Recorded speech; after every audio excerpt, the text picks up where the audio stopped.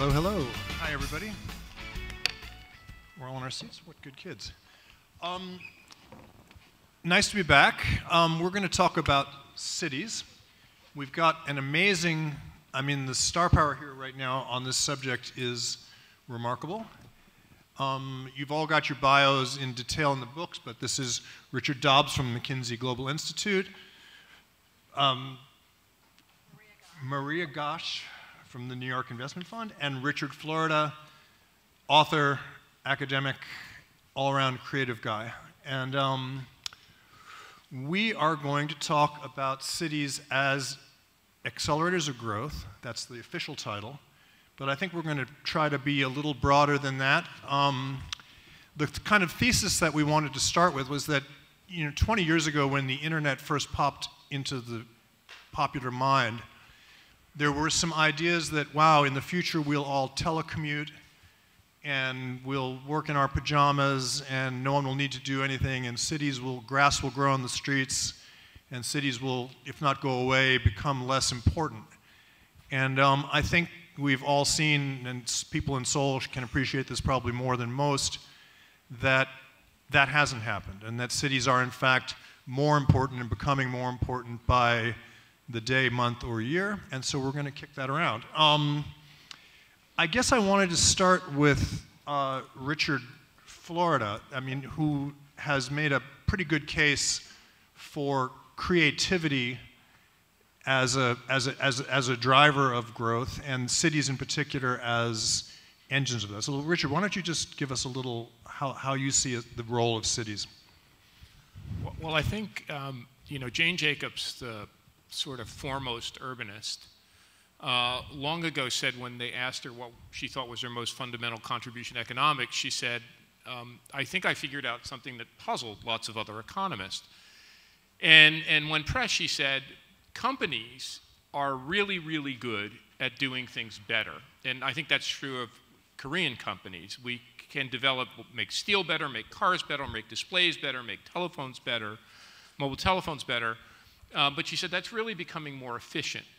She said when you think about really new things, where really new things come from, they tend to come from cities. Whether that's a new technology or a new art form or a new kind of music or a new design, they come from people combining and recombining in cities. So I think in terms of what we're talking about here, the future of the global economy, the future of the Korean economy, it seems to me what industrial corporations were to the last century, the century of mass production industry, the mechanism for putting people in jobs together, for vertically integrating, for making very successful products and moving them through big global markets. If they were the social and economic organizing unit of the last century, it seems to me these things we call cities, collections of companies, firms, great institutions, universities, are the social and economic organizing glue for our century. And I would say the cities that do that best will be very competitive. And in fact, the nations that cities do that best will get a competitive advantage. Richard has just done, and by the way, I would urge everybody here to pick up a copy. It is online, right? A fantastic McKinsey Global Institute report about, what's the title again? It's Beyond Korean Style. Yeah, it's a very, very, very thoroughgoing look at the Korean economy, past, present, and future. And but aside from that, let's just dial back to again the question of how your view is a little more of a traditional economic view of the power of cities. Explain that. The world is going through the largest economic transformation ever seen. This is orders of magnitude bigger than the First World War, Second World War put together. This is orders of magnitude bigger than the internet. And actually, I think it's probably, in economic terms, orders of magnitude bigger than the introduction of the plow. Though I have to say, I have never managed to get an MGI academic advisor to sign off on my plow analysis. You had a couple numbers on that. This transformation is urbanization that's going on in emerging markets. And the urbanization, the move from agriculture to cities is a massive change. 65 million additional people live in cities every year than the previous year. So 65 million people. So that's the equivalent of building 6, 7 new Seuls a year, 7 new Chicagos, 2.5 New Yorks. Every year is what's happening in terms of emerging markets. Now that, when you take someone from agriculture and move them to a city, the British Industrial Revolution, you double GDP per capita. And then the next generation gets on a different curve for all the stuff Richard talked about, and the GDP carries on going up. We're doing the same, and you look at China, you're moving people from villages to cities, and the GDP per capita of those people who go in work in cities goes up by a factor of 3, and we're getting that effect going on.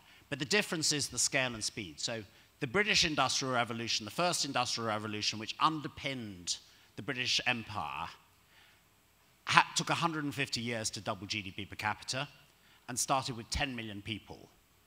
What China's doing, what Korea did, what India's doing is happening the same amount, but in between 12 and 15 years. Korea was fastest, but it's doing it at 100 times the scale. So the Chinese Industrial Revolution is the British Industrial Revolution times 1,000, and then the Indian one on top and the other emerging markets. So we're seeing this effect, and this is what's going to drive economic growth. 3/4 of economic growth are going to come from these large cities that are happening in emerging markets. And that's the motor, and that's a huge economic force. It's going to impact everything from commodity prices to the cost of capital to where the consumption is going to be. And we're seeing that exactly what happened in the British Industrial Revolution, what happened in Korea, we're now seeing at a huge different scale across emerging markets.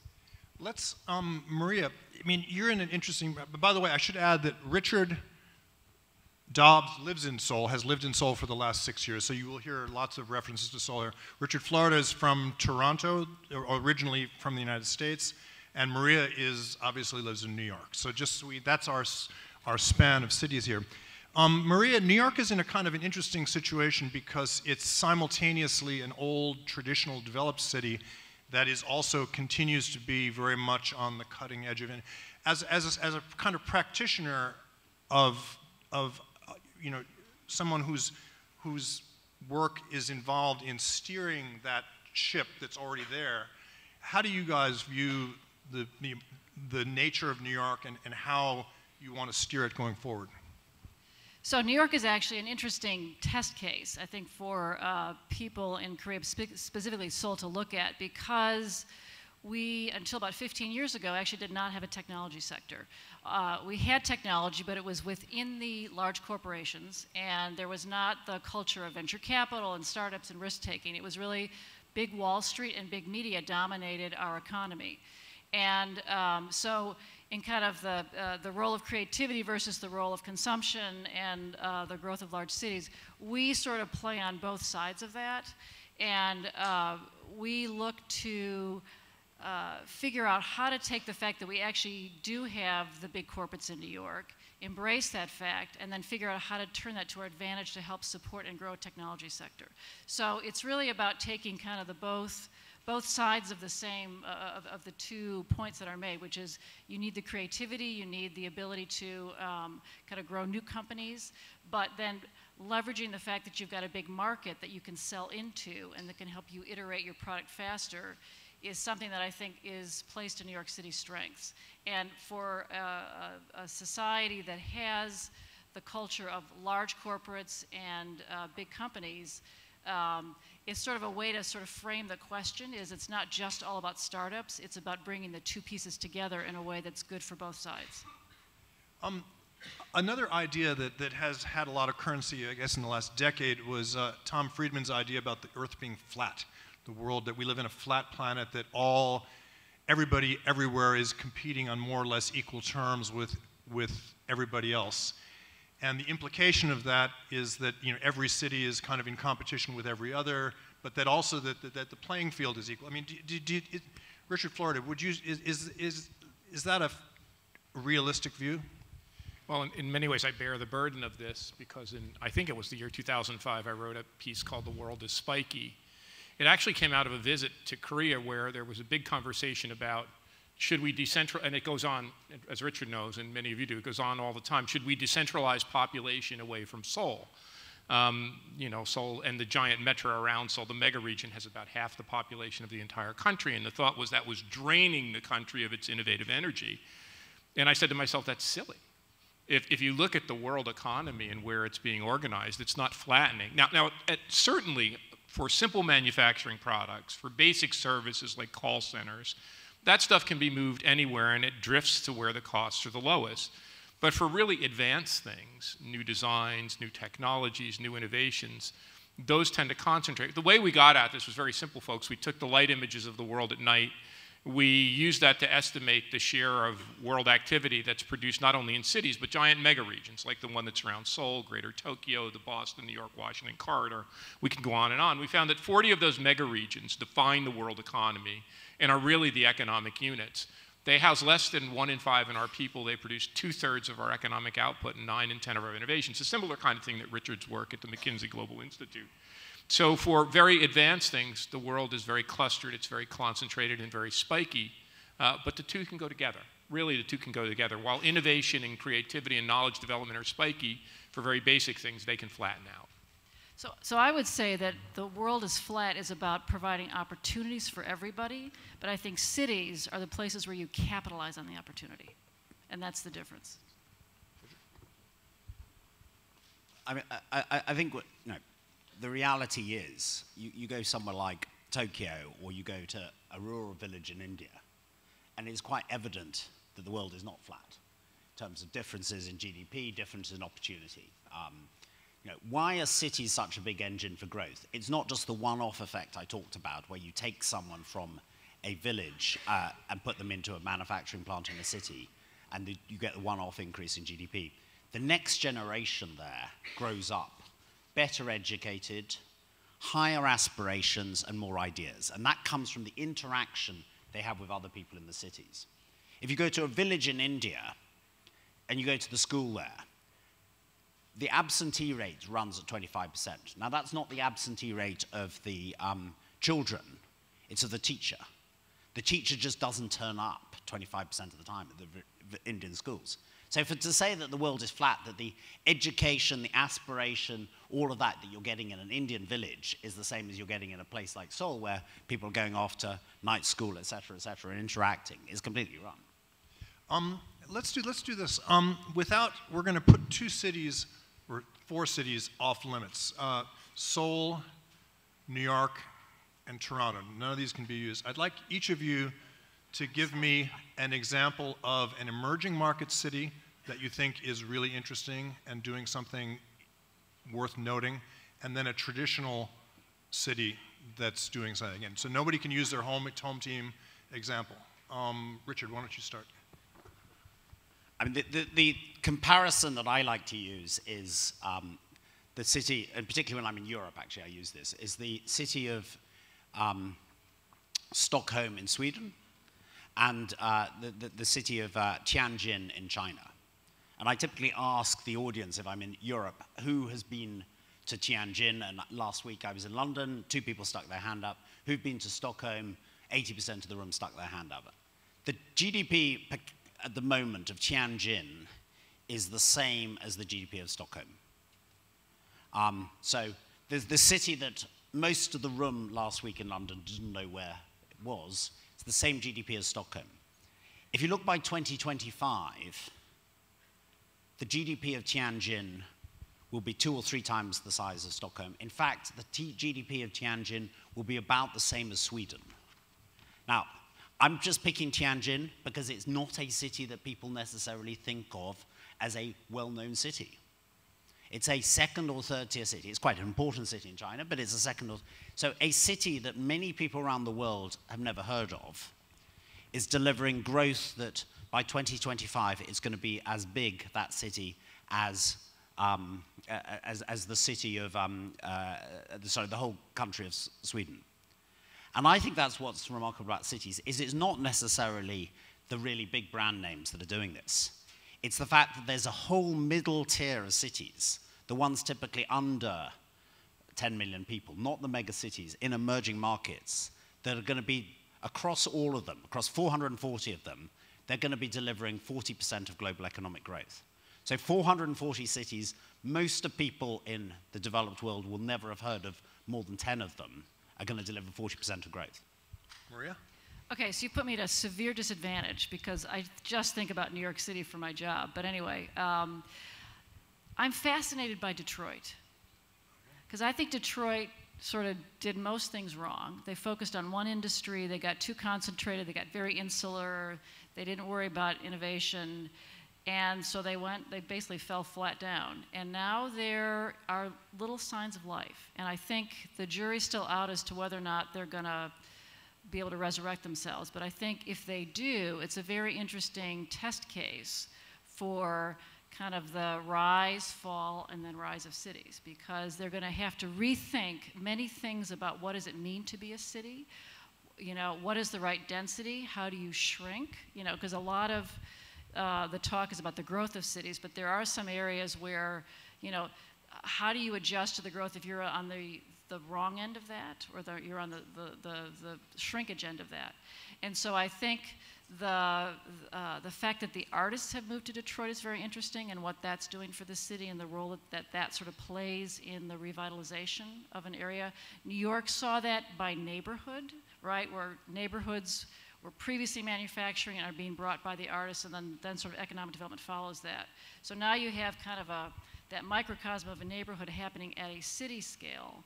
And as I said, the jury's still out, but I'm very fascinated to see what's going to happen there. Richard? Well, first of all, I love Detroit. An example of the resilience of a creative economy, hotbed of music and arts that withstood the fall of giant oligarchies, the big three. But I think on developed economies, a city that is not unlike Detroit in some ways, Berlin, was considered an example of a city that was dysfunctional, that was bifurcated and split in half.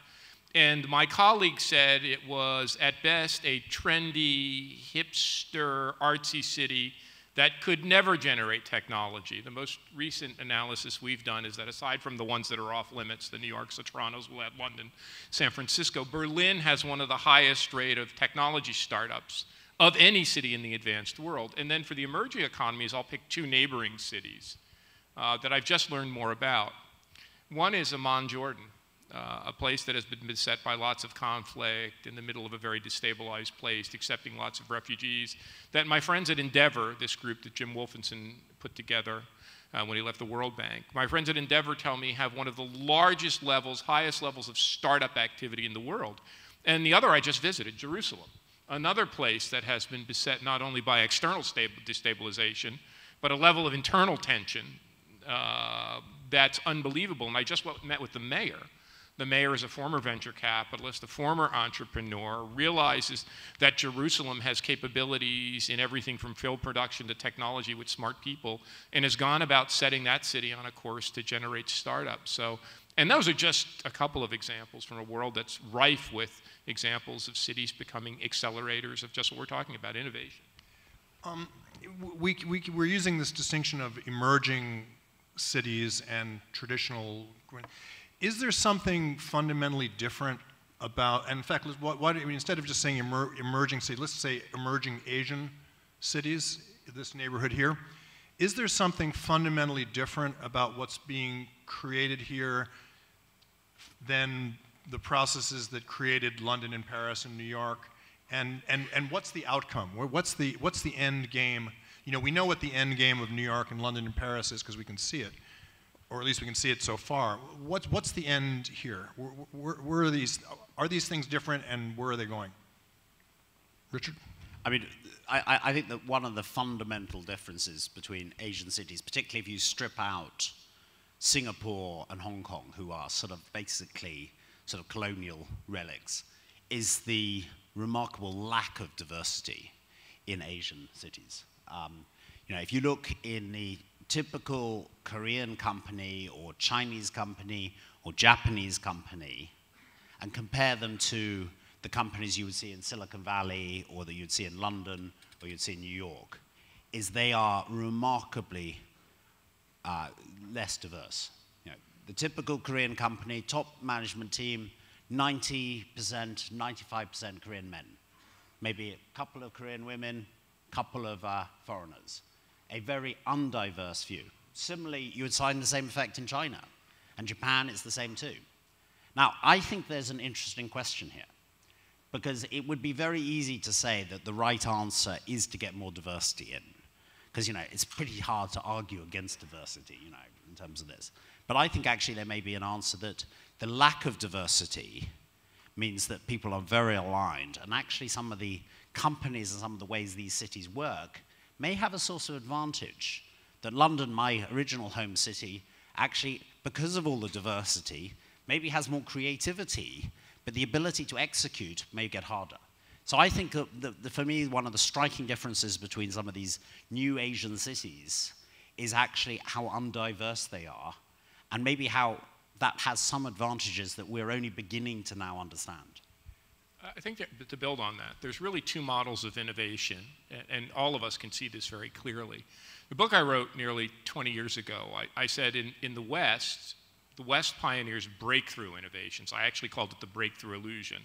Western companies and Western cities that are diverse, they have this great tempestuousness. They combine and recombine very quickly. People are highly mobile across US cities. They nest in New York or Silicon Valley. They generate the next new thing, but the shelf life on that is very short, except for a few examples that we all know of.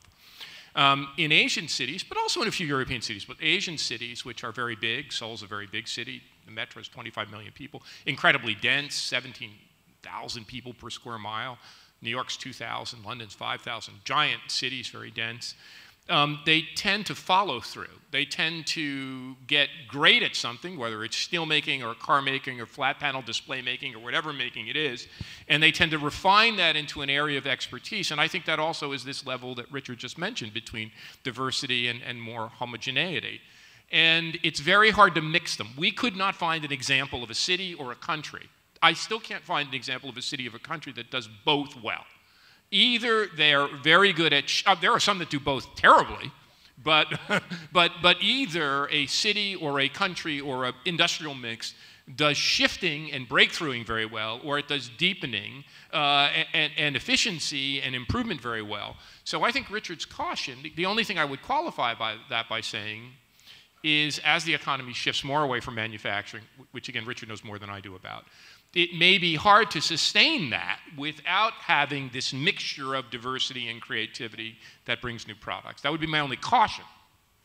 So, sitting from the point of view of somebody in New York where it's impossible to get anything done quickly, the one thing that is sort of remarkable about the Asian big cities is the ability to build infrastructure quickly and to put in place, and that's a key thing that all cities need in order to function for both the big businesses and small businesses. You need an infrastructure to move people around, to get people in and out of airports within the city, housing, parks, all sort of those quality of life things. And certainly some of the bigger cities, once you get established interest, because of a lot of this individuality, putting in place big infrastructure projects becomes very challenging and can take 20 years. Just on Monday, I was at a groundbreaking for an assisted living facility on Staten Island that took almost 20 years to get done. Now you'd think like putting up something for old people to live in would not be very controversial, but every problem that they had in urban environment they had. So I think that is a competitive weakness that we have in the United States, is that it takes too long to put in infrastructure that could be really helpful. Like New York City is not wired to this point. There's not Wi-Fi, and that from an infrastructure perspective, I think maybe holding back the growth of our tech sector beyond certain areas is the fact that we don't have Wi-Fi ubiquitously across the city. So, I think it's a competitive advantage, leaving aside the lack of diversity and, can you be a breaker or can you sort of go deep? This ability to sort of create a city where people want to live and work is a very positive thing. But I think this infrastructure point is very interesting because this is where North Asia, Dongbuka, Korea, Japan, China, actually does really well. And if you look at what goes on in Southeast Asia, India makes New York infrastructure look good. I mean, yeah, in terms of as a role model, I mean, Hooray. you want to always have them in your benchmarks, Maria, you know, because they look good. And London is pretty disastrous. I mean, London has been faffing around about what they're going to do about airport capacity, and they've actually just kicked it out another few years because no one politically can make that decision because people have planes flying over their constituency. So they basically delayed any decision until after the the next general election. So, and got a third party to make the decision for them as well. So, I mean, it's a sort of pathetic thing that everywhere apart from somehow North Asia and maybe some of the Middle East cities can do. Africa has the same infrastructure problems. Southeast Asia, pretty much so. I mean, Thailand, got their act together a bit, but they haven't dealt with flooding risk, which they all knew about, and then it suddenly happened. So, there is something about North Asia, and I think as a source of advantage for the North Asian cities. It shouldn't be underestimated because the quality of life. This is why people in the US want to go to second-tier and third-tier cities because they say that the lack of infrastructure in these big cities is just too painful. We'll go to Baltimore. We'll go to some of these other places. I mean, we had our Mayor Bloomberg, who's done a fabulous job, came out with a 20-year plan. It was sort of unheard of. Like no one in New York had done a 20-year plan since we can remember. And just yesterday came out with a plan for resiliency related to hurricanes. He's leaving, so we'll see if it gets implemented. But it was a fairly bold. But so it is possible, but it's very dependent on the individual leader and having somebody prepared to do political capital. And in his case, he was not sort of bound by the traditional politics. He was able to get a lot of stuff done. So I'd say on this, infrastructure is critical, and particularly airport infrastructure. Our own calculations, we're talking about tech development and innovation. If you look at three things that really make cities go, the level of human capital, knowledgeable people, education, key driver of growth. We talked about level of density, urbanization, technological capability, high tech. But the third one is airport. An international airport that gives you global connectivity adds about as much, all other things equal, as the first two. But at the same time, and I've taught in Abu Dhabi, we've done detailed studies of Abu Dhabi, which has spectacular hard infrastructure. There's this other thing that urbanists talk about, we call it placemaking, which is kind of the human energy of a place. And it's not enough just to have great, but you have to have great infrastructure, but you also have to have animated, high-energy places. And you see that in a place like Abu Dhabi right away, where the infrastructure is absolutely first-rate, but you never see anyone walking around, you never see people in the streets. So this level of getting people onto the street, of having activity on the street, this ability for people to combine and recombine, the ability of people to just have fun and meet and match, and that's where some new ideas come from, this kind of serendipitous interaction that occurs outside of work and what makes a city innovative on the streets or in other kinds of associations and organizations, whether they're sporting activities or nightlife activities or restaurants or clubs. Those are the kind of activities that come from this placemaking or human energy side, which has to complement the infrastructure. One of the things you mentioned, universities there. I mean, if you look at some of the, famously Silicon Valley is not exactly a city, but it kind of functions as one, and it has Stanford University as part of the core of that. If you look at Boston, MIT, the Route 128 innovations, there have been many in the UK, Cambridge, is there, how important are, well, in fact, even closer to here in Beijing, they've built a whole science and technology area right around Tsinghua University. Is that idea worth, I mean, I don't know, in Seoul, is there the equivalent of that? And is there anything we can say about the importance of universities as spurs of growth? I mean, I think that the talent and ideas come from the interaction, but there are two sources, additional sources. One, universities, and secondly, companies. So, I mean, I think that Silicon Valley started because of Stanford, but actually a lot of Silicon Valley the next generation actually came from HP alumni, people who had started there going out. And you look at, the whole Texas area, there are a lot of alumni from Texas Instruments going out there. So I think that, you can have both. Now, I think the challenge that a city like Seoul has is that for the large employers here, there's still this mindset that people are going to be employed for life. So you don't get as many alumni from LG or Hynix or Samsung out there in the market as you would do, let's say, in the US. You know, you look at the tech startups in the US, many of them are not actually, you know, the teams that are running it. It's not that they're alumni from Stanford or they're academics from Stanford.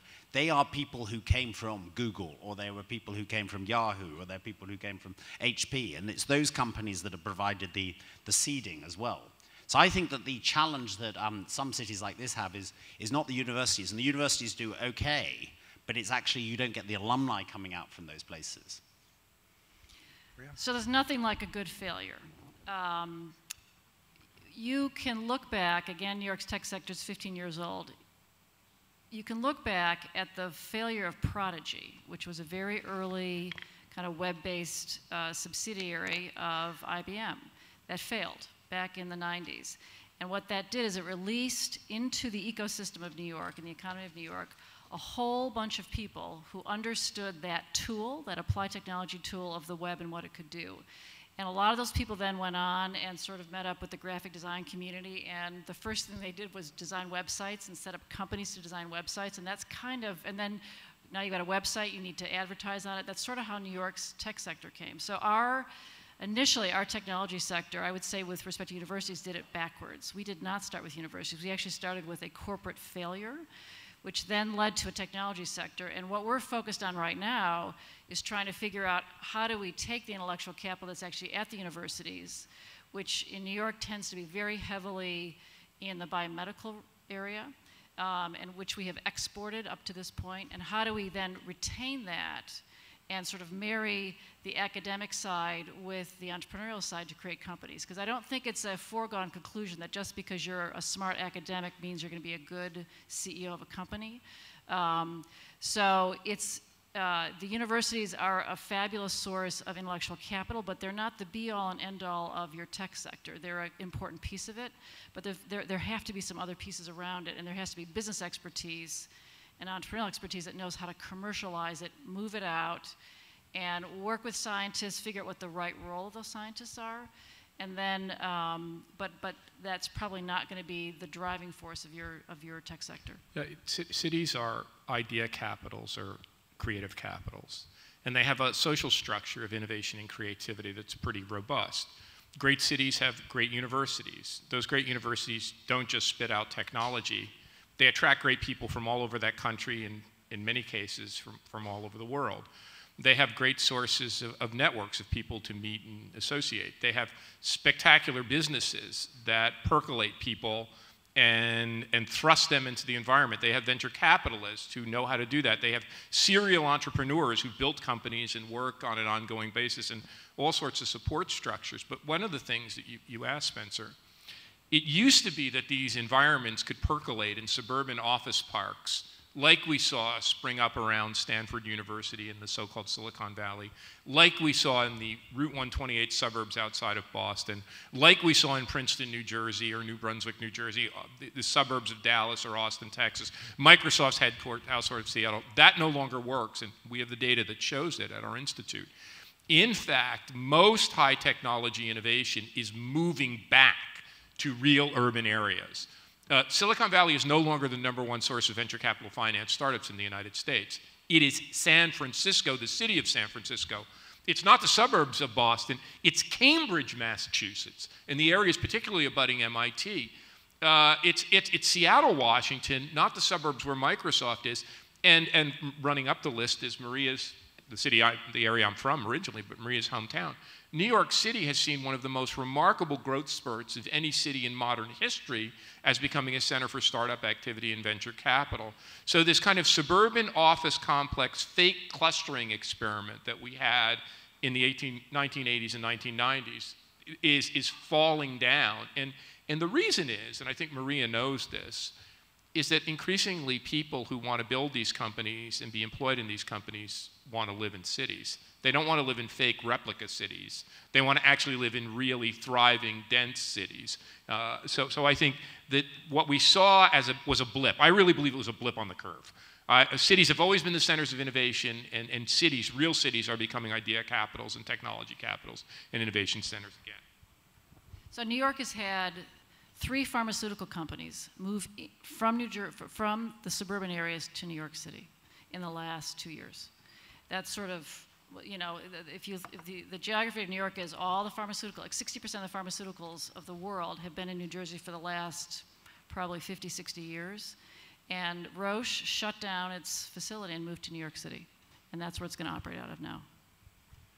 There's a kind of a fashion, permanent, I guess, for top-down, you know, in the UK they've started London Tech City, and Prime Minister Cameron is behind it. And I gather here in Korea the new president is talking about a creative something. There's this kind of endless desire for politicians to either, I mean, if you're cynical, climb on the bandwagon. If you're an idealist, to do something to help their cities. I mean, the success rate for these things is not great unless I'm missing something. Richard, do you? Yeah, I mean, you know, the reality, this is back to the thing we were talking about earlier. You know, I mean, Korea did have a very successful top-down economy. Under the current president's father, she ran it very well. She got the chaebol leaders in, told them what they, he got them in, told them what to do, and it happened. And that was, you know, one of the exceptions in terms of this. But, you know, you look at the big innovations that have come out of Korea over the last 10 years. This was, you know, the Galaxy phone was not a top-down push from some president thing sitting down and telling the chairman of Samsung to produce this. You know, that's not how it worked. It's about the creativity bottom up. Governments need to actually do the right thing, which is to ensure that the infrastructure is in place, that the basic barriers are in place, that, you know, if people want to bring in employees from around the world, that they can get visas and do all of that stuff. The trouble is, it's not very sexy. It's to stand up and say, we're going to have an infrastructure project, because most of the infrastructure won't actually be built when that politician's in place. You know, if you're talking, putting in a high-speed rail thing, the type of Mayor Bloomberg's talked about, he's laid out a 20-year vision. Almost none of that's going to be built while he's mayor. So it's much more sexy to talk about the creative thingy, whatever you call it, about the creative economy or whatever. But actually, the reality is that's not what politicians are going to do. Politicians need to be getting the basic infrastructure in place and the visas and the making sure that the city works, and letting the creativity of the private sector go in and deliver. So I agree with that, but there's an exception that proves the rule, and I'll cite 2 of them. The first is what Bloomberg did with respect to the Cornell Technion campus. So that is a 20-year play. That is a completely government-directed effort, and it was to address a very specific problem, which was New York's tech sector does not have enough computer scientists and engineers. And that if you polled the tech sector, you know, what are your issues? Cost of housing always comes up, but leaving that aside, the #1 issue that always came up was we don't have enough computer science graduates, enough engineers in New York City. And so trying to have more of an organic approach to that, having the universities build up their kind of engineering programs would have taken a long time. And the fact that they sort of introduced Stanford as a potential competitor got everybody's feathers ruffled in New York City. It ended up going to a sort of a local hometown thing. But there's a good example of the government stepping in and saying, you know, we're going to make an infrastructure investment that solves a specific problem that's long-term, but will ultimately be helpful. But I guess back to the point where we agree, not to build the sector, but to sort of fix an inefficiency that's not working very well. I count education as another infrastructure, you know, so right. Education, visas, all of the stuff, and then you let the private sector do it. So I'm not disagreeing with but that. the other example is what Israel did. So Israel was sending all sorts of, you know, there's the obligatory military service there, and a lot of the people went through and were very trained in high security issues. And then they left the army and they went off and, you know, did something non-technical. So the Israeli government, I think they appointed a chief scientific officer, chief technology officer. They paid for a series of incubators around the city, around the country, and then they put some money on the table. But the way they structured their money was, it wasn't the government picking and the government funding, it was the government supporting the private sector. So if you showed up with a company and you had raised, you know, $1 million, they would match it up to a certain point. So again, kind of enabling things, but government-led, that we're trying to fill a gap and trying to catalyze. So I guess the most important thing I can say on this is it's not an either or. it's a both. And clearly, in a complex, innovative, creative economy, markets have to set the tempo. You can't do it the old-fashioned, top-down, directive way, industrial policy way. It won't work. It can't work. As Brad Feld says in his remarkable book on startup communities, entrepreneurs have to lead. Entrepreneurs have to lead, and government policy and support services have to follow. That said, doing the right kind of public policies make a lot of sense. And the difference between really good leadership, like a Mike Bloomberg, and really bad leadership, screwing with visas, screwing with regulatory policy, making all kinds of mistakes, defunding universities, messing with your educational infrastructure, not investing in transportation can really hurt. So I think the reason there's a lot of play in the game is because very few places do both right. But if you were to do both right, if you were to enable markets and entrepreneurs to lead and couple that with a public policy regime, and just one note on the Creative Economy Initiative, I'm not a Korea specialist, but I can see what the government is aiming for. And what the government is aiming for is to try to steer a relatively traditional information, communication, technology, Chobol-driven, large company-driven economy into something which we all think we want to get to. Something that has more innovation, something that puts more emphasis on small and medium enterprise, something which is much more about cities and just big companies.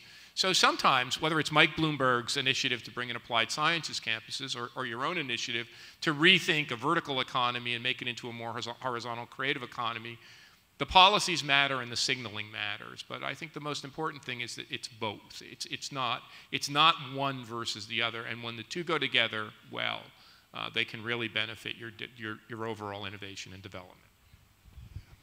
One of the amazing things about the ability of the North Asian cities that Richard was talking about earlier, that ability to execute on infrastructure implies that you could keep on growing basically forever. There is no necessary end in sight. I would just be curious where you see these things stopping. I mean, are we going to see a city with 50 million people in it in our lifetimes? I mean, Tokyo at the moment, I suppose, is the largest, 35 million. There's always this definitional issue of how you define cities. I think the problem about Tokyo is it spreads out. Now, if you look at northwest Korea around Seoul, there are multiple cities, and in some ways, when you look from space, it looks like one area. But actually, when you look at commuting patterns, it isn't. Despite the road between Seoul and Suwon always seeming to have an endless traffic jam, actually less than 10% of people commute backwards and forwards between those. So I think what you actually end up finding is that while the cities get bigger and bigger and they merge together, is actually you find that the cities actually, within the cities, you start getting these clusters. So there is a group of people who live around Suwon and work in Suwon. There's a similar group of people who live around Incheon and work there. There's a group of people who live in Seoul, and those are actually becoming different areas. So from space, it looks as if the city's expanded. But actually, when you look at what's going on, it's actually not one city. It's multiple different cities that has some sort of connectivity, but it's not as connected as you might think. So yeah, we will have complexes of cities, to use Richard's metaphor, complexes of cities and metropolitan areas, which we call mega regions, the Boston, Washington, New York regions, Seoul, Busan, we can go on and on. We will have complexes of them likely in Asia that are bigger than 50 million. And the math goes something like this. Richard knows this very well. We have about 3.5 billion people in cities today. We're going to double that over the course of the next 50 years. So we got to put another 3.5 billion people or so in cities. The peak will come somewhere, city building, around 2050 or 2100. At that point, we'll have between 7 and 7.5 billion people in cities. And the important number, no one knows the exact number, we're going to spend several $100 trillion in this enterprise. I mean, the scale of the investment that we will spend in the world on city building. But after around 2050 and 2100, when we get 75 to 80% of the Earth's population in cities, as we urbanize, our fertility rates fall, right? You know what the fertility rate is in Korea? The United States, it's reasonably high because we have a lot of new immigrants who come from the emerging and developing world. But we're going to top off, and then the urban population will start to level off. But according to the best estimates I've seen, out to about 2050 to 2100, people are talking about several city complexes in the 100 million range, mainly in Asia, as these networks of cities grow together, a half dozen or more in the 50 million range, and then a whole bunch in like the 10 to 20 million range. So ours is going to be, and you know, Richard said this, ours is going to be a century of urbanization, the likes of which we've never seen. It's going to be something exponentially bigger than what we've seen. And I think the really interesting thing is how we, you know, you've built fantastic cities in Korea. We've built fantastic cities in our countries. How do we export what we know or what we don't know to actually help this incredible fast process of city building in the rest of the emerging economies? That's something that I think is all of ours obligation as this process goes on. And so I think that presents opportunities for the entrepreneurs in the room, right? Is to because the numbers are staggering, and from an individual's perspective, I mean, how do you live in a city with 50 million people? It's sort of inconceivable.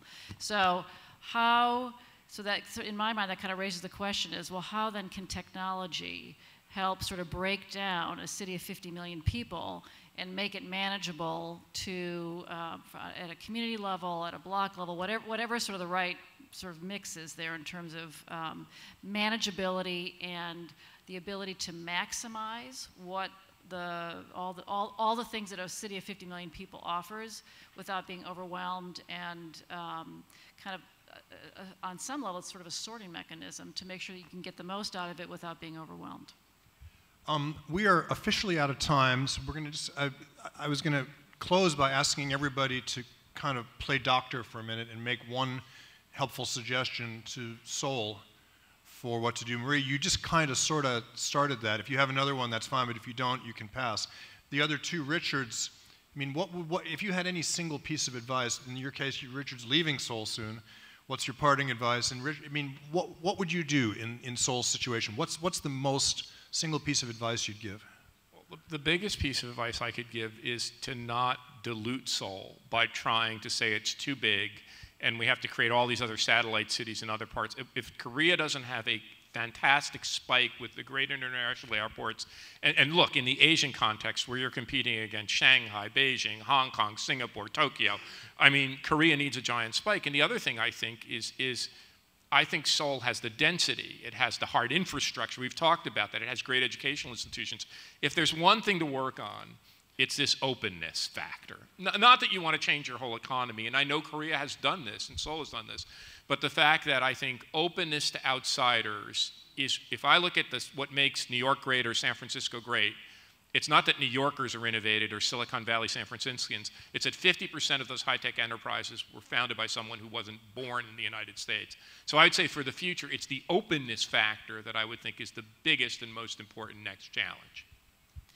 I would say don't give up on manufacturing, and don't assume that as you move to an innovation economy that manufacturing is no longer important, because the US, we're doing catch up and trying to go back to manufacturing, and to pay attention to what's happening in advanced manufacturing, 3D printing, and that's going to be a disruption to manufacturing. But I think in the disruption lies a very interesting opportunity for people that are expert in that area on the traditional side. I don't think there's any risk the Koreans are going to give up on manufacturing. I think the risk is the other way. I think Korea is going to try and hang on to manufacturing and not focus enough on the service economy. Because I think that the real challenge here is going to be, can Korea do what they've done in manufacturing and services? And there's already some pockets that show really, really good performance. Incheon Airport, yesterday or the day before, voted #1 airport in the world for the 8th year in a row.